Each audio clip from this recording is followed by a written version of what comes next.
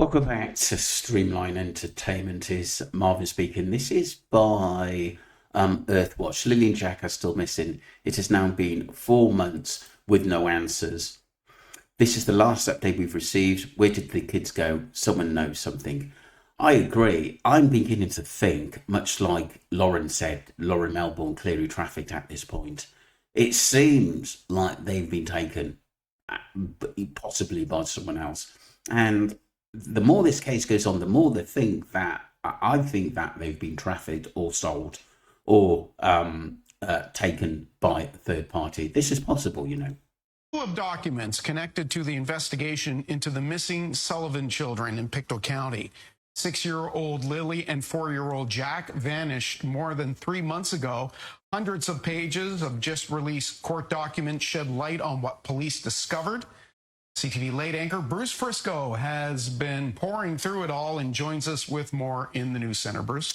Well, Todd, the information, as you say, is contained in court applications filed by investigators for permission to conduct searches for things like phone records, banking records, video related to the case. This is all standard procedure. We're told a lot of the documents are heavily redacted, look just like this, a lot of stuff censored out, but they do include unproven statements made by police, their impressions on what they found. So some basic facts. The children reported missing first at 10 a.m. on May the 2nd from their home in Lansdowne Station by their mother, Malaya Brooks Murray. Police were at the trailer at 10:27 that day. She told the cops she believed the children had wandered away from home, but the exact time for that is redacted. Lie detector tests were administered to the mother and the stepfather on May the 12th, and both passed. An officer noted, quote, "At this point in the investigation, Jack and Lily's disappearance is not believed to be criminal in nature." More polygraphs were administered in June to the children's biological father, and he passed. But when police attempted the same test on the children's step-grandmother, they found the test ineffective. I'm quoting again. "Her physiology was not suitable for analysis, and an opinion on the polygraph examination was not rendered," end quote. The documents also confirmed police found Lily's blanket about 1 kilometer away from the house a day after the disappearance, but a sniffer dog couldn't pick up any scents around it. A couple of days later, police found a piece of the same blanket in the garbage at the end of the driveway. Perhaps the most compelling piece of evidence came from a woman named Natasha Hayward, who told police she saw 2 children walking along the side of the road on May 2nd. They were holding hands, she said. She said the boy had dirty blonde hair, was wearing shorts. The girl had darkish hair in pigtails. She was wearing a tank top with blue strings. She said the children were walking toward a white female, 50 or 60 years old, who was waiting next to an older model tan or gray or gold sedan, and the back door was open. He later described the children as older than Jack and Lily, and as far as we know, police have yet been able to corroborate what she allegedly saw on the road that day. So where we are in this case, 2 things we can look at. Lauren says in the chat, Lauren Melbourne clearly trafficked at this point. I hope they figure it out, says Christina.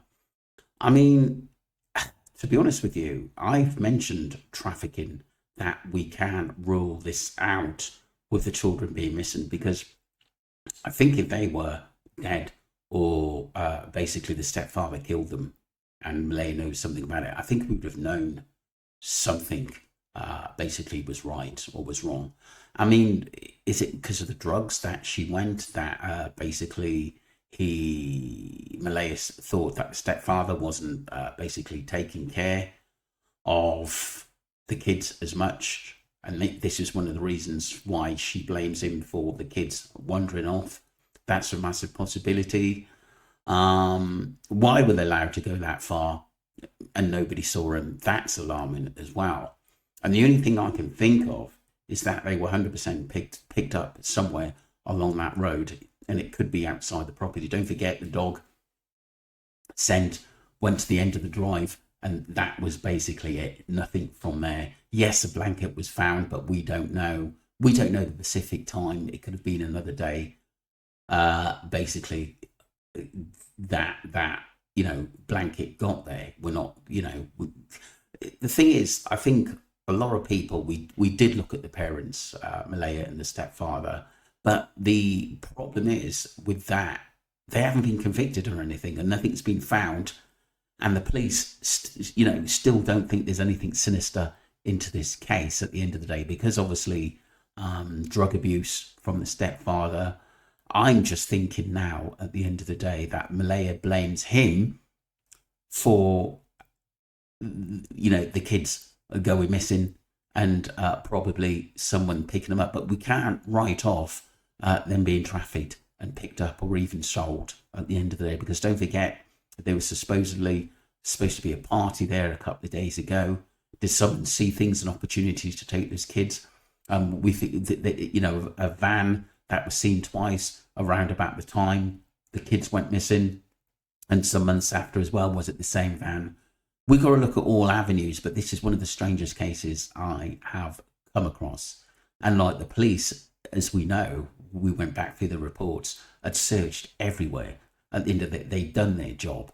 At the end of the day, they checked out the family members and the parents. Does obviously the stepfather's mother know something? That's bizarre. At the end of the day, a lot of people think that basically she could be the key to this. But like I said, sometimes you have to think outside the box to get the answers. But it wouldn't surprise me if these kids were trafficked. Let me know what your thoughts, people, on missing Lily and Jack Sullivan, because this case is still really bizarre and still out there, people. What are your thoughts?